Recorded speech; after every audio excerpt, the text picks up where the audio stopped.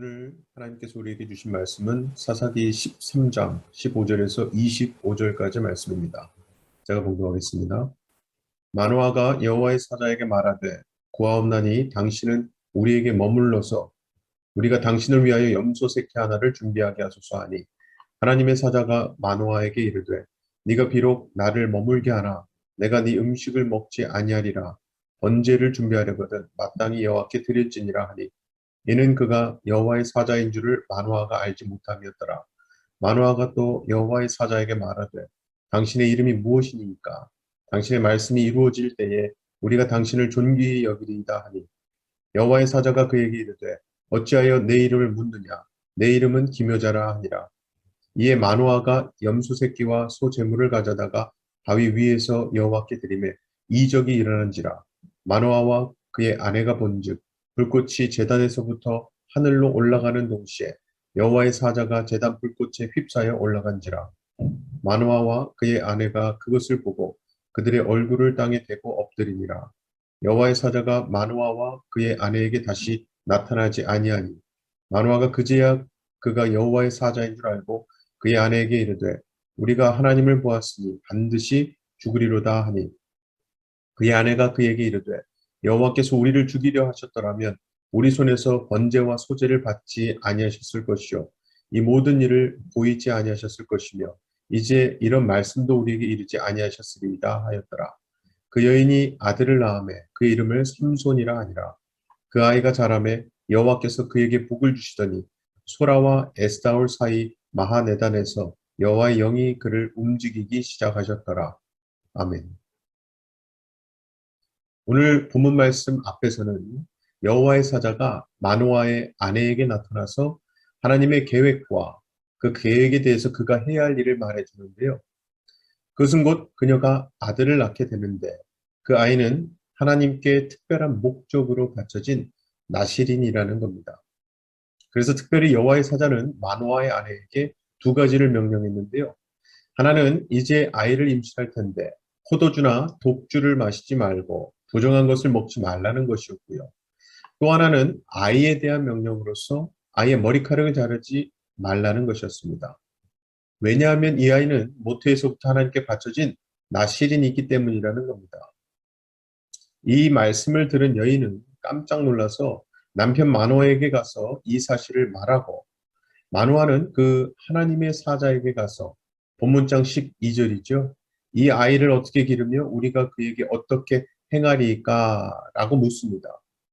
사실 이 질문은 이 땅을 살아가는 부모들이 공통적으로 하는 질문인 것 같습니다. 자, 이 질문에 대해 하나님의 사자의 대답은 마노아 아내에게 했던 말을 반복해서 대답하게 되고요. 오늘 본문 말씀은 거기서 이어지는 하나님의 사자와 마노아와의 대화입니다. 이 대화를 보면 그의 아내가 더 영적인 분별력이 있다는 것을 알 수 있는데요. 특별히 마노아가 했던 세 번의 말을 보면 그렇습니다. 마노아는 첫째로 여호와의 사자에게 음식을 대접하려고 하죠. 15절입니다. 마노아가 여호와의 사자에게 말하되 구하옵나니 당신은 우리에게 머물러서 우리가 당신을 위하여 염소 새끼 하나를 준비하게 하소서 하니. 자, 그러자 여호와의 사자는 마노아의 호의를 거절하며 번제는 하나님께 드리라고 말합니다. 그리고 성경은 마노아가 이렇게 한 것은 이 사람이 여호와의 사자인 줄을 알지 못했기 때문이라고 언급합니다. 즉 마노아는 자기 앞에 있는 사람을 선지자로 생각했기 때문에 이렇게 음식을 대접하려고 했던 거죠. 그의 아내가 이 사람이 천사의 모습 같다고 말한 것과는 비교되는 일이죠. 자, 둘째로 마노아는 17절에서 여호와의 사자의 이름을 물었습니다. 당신의 이름이 무엇이니까? 당신의 말씀이 이루어질 때에 우리가 당신을 존귀히 여기리이다. 자, 그러니까 마노아는 그분의 이름을 알려고 하는데 그 이유인즉슨 자기가 아이를 얻은 후에 그에게 영광을 돌리겠다는 겁니다. 마노아의 이 질문에 대해 여호와의 사자는 또 부정적으로 답합니다. 18절에 보면 그는 마노아를 나무라며 자신의 이름을 기묘자라고 말하는데요. 우리 성경에 그냥 기묘자라고 되어 있어서 좀 오해할 수 있는데요. 원래 의미로 보면은 내 이름을 네가 이해할 수 없다라는 뜻이 있습니다. 즉 마노아가 이해하기 어려운 이름이기 때문에 가르쳐주지 않은 것이죠.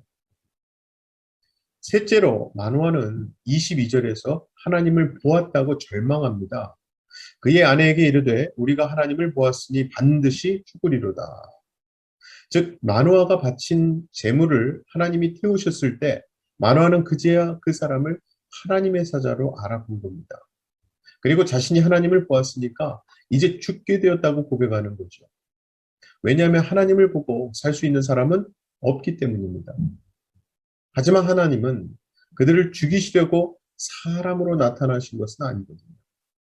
이 점에서도 마노아보다는 그의 아내의 분별력이 더 나은 것 같아요. 23절입니다. 그의 아내가 그에게 이르되 여호와께서 우리를 죽이려 하셨더라면 우리 손에서 번제와 소제를 받지 아니하셨을 것이요 이 모든 일을 보이지 아니하셨을 것이며 이제 이런 말씀도 우리에게 이르지 아니하셨으리이다 하였더라. 이렇게 해서 삼손이 출생하기 전에 있었던 사건은 마무리가 됩니다. 그리고 하나님이 말씀하신 대로 마노아의 아내는 아들을 낳았고 그 이름을 삼손이라고 합니다. 사실 하나님께서 이번에 마노아 부부에게 자녀를 허락하신 것은 자녀를 통해 복을 누리도록 하시는 것 그 이상의 의미가 있습니다. 하나님은 이스라엘을 구원하는 일에 이 아이를 사용하시고 그 일을 이루시기 위해 이 가정에게 특별한 은혜를 베푸셨습니다. 그래서 이 아이가 구별된 삶을 살도록 나시린으로 부르신 거죠. 그러므로 삼손은 날마다 자신을 보면서 특히 자기의 머리를 보면서 하나님의 계획과 자신이 해야 할 일을 기억해야 했습니다. 자신이 왜 이 땅에 태어났는지 그 이유를 생각해야 했던 거죠. 그래, 나는 하나님의 뜻에 따라 구별된 삶을 살아야 돼. 내가 이 땅에 존재하는 것은 내 뜻 이루기 위함이 아니라 나를 향한 하나님의 뜻을 이루기 위함이다. 나의 힘, 나의 재능, 나의 시간, 내 모든 것은 다 하나님의 뜻을 이루기 위해 하나님이 허락해 주신 거야. 이와 마찬가지로 우리도 나에게 주어진 인생을 제대로 살려면 내가 왜 이 땅에 있는지, 내가 왜 여기에 이 모습으로 살고 있는지, 나의 방향을 제대로 알아야 합니다. 우리는 그냥 우연히 존재하는 자들이 아닙니다. 하나님이 계획하셨고 하나님의 뜻에 따라 우리를 사용하시기 위해 우리를 여기에 두신 거예요. 그러므로 우리는 나에게 있는 것을 어떻게 하나님의 영광을 위해 사용할 수 있는지, 내가 어떻게 하는 것이 하나님의 뜻에 맞는 것인지를 항상 묵상하고 기도해야 할 줄로 믿습니다. 그래서 우리도 마노아가 했던 질문을 항상 반복할 수 있어야 될 것 같아요. 어떻게 행할지를 우리에게 가르쳐 주소서. 우리가 어떻게 해야 할까요, 하나님? 그 질문을 했던 마노아에게 하나님의 사자는 그의 아내에게 했던 말을 반복하셨을 뿐이죠. 이와 마찬가지로 우리가 보통 하게 되는 수많은 질문에 대해서 하나님은 다 답하지는 않으십니다. 하지만 하나님은 그 모든 질문을 답하는 대신에 하나님이 그 모든 질문에 답이 되심을 말씀하시죠. 즉 우리가 기대하는 답이 아닐 수는 있지만 하나님이 답이 되어 주시는 거예요. 그리고 우리가 할 일은 그 답 되시는 하나님을 더 알아가고 그 하나님께 더 집중하는 겁니다. 어차피 하나님은 우리가 다 이해할 수 없는 분이에요. 하나님은 당신의 뜻에 따라 놀라운 일을 행하시기도 하고요. 그분의 선하심과 은혜로우심을 나타내십니다. 바로 그 일을 위해서 하나님은 죄인들 가까이 오셨죠. 마노아는 하나님이 그들 가까이 오셨음을 알고 그 앞에 엎드리며 죽게 되었다고 고백했지만 사실 하나님은 죄인들을 멸하려 오신 것이 아니에요. 하나님은 그분의 선하심을 나타내시며 은혜를 베푸시기 위해 죄인들 가까이 오신 겁니다. 그리고 이번 삼손의 출생 이야기가 바로 그것을 우리에게 그림자처럼 보여주는 거예요. 우리에게 오신 진짜 구원자, 유일한 구원자를 생각하게 하기 때문입니다. 하나님을 보는 자는 죽을 수밖에 없지만 하나님은 그런 자들과 함께 하시고 그들을 구원하시기 위해 이 땅에 내려오셨습니다. 비록 삼손은 부족한 구원자로 그 일을 온전히 행할 수 없었지만 완전한 구원자이신 예수님은 완벽하게 그 일을 행하셨습니다.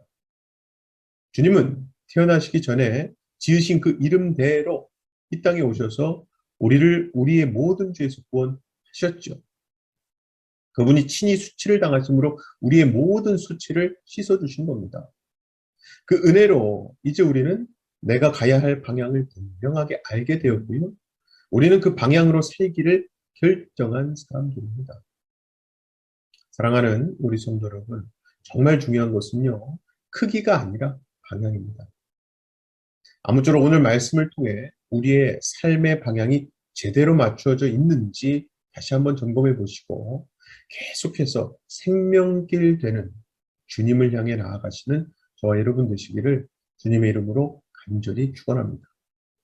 시간 다 같이 기도하실 때에 오늘 말씀이 가리키는 방향과 나의 삶의 방향이 일치하게 해달라고 기도합시다. 또 하나는요, T2I 교육부 위에서 기도 부탁드립니다. 오늘부터 교육부 예배가 오픈됩니다. 에스더 목사님과 이재선 전도사님 그리고 박주천 전도사님 우리 교사 선생님들 위해서 기도 부탁드립니다. 사랑의 아버지 하나님 감사합니다. 하나님 오늘 주신 말씀 비록 그 임무를 다하지 못한 삼손 하지만 그 역할이 예수님을 가리키고 그것을 온전히 이루어 주신 예수 그리스도의 십자가 역사 덕분에 우리가 이렇게 살아있음을 구원받았음을 고백하고 감사합니다. 우리 또한 하나님께서 말씀으로 우리에게 가리키시는 생명길 우리 주 예수 그리스도 우리의 삶의 방향이 그곳을 향할 수 있도록 우리의 방향을 다시금 조율하여 주시옵소서. 특별히 이 9월부터 우리 교육부 예배가 회복이 됩니다.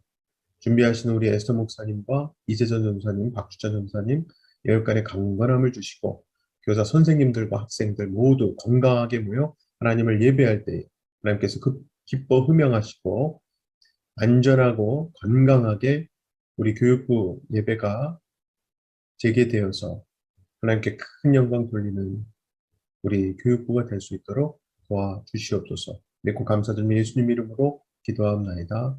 아멘.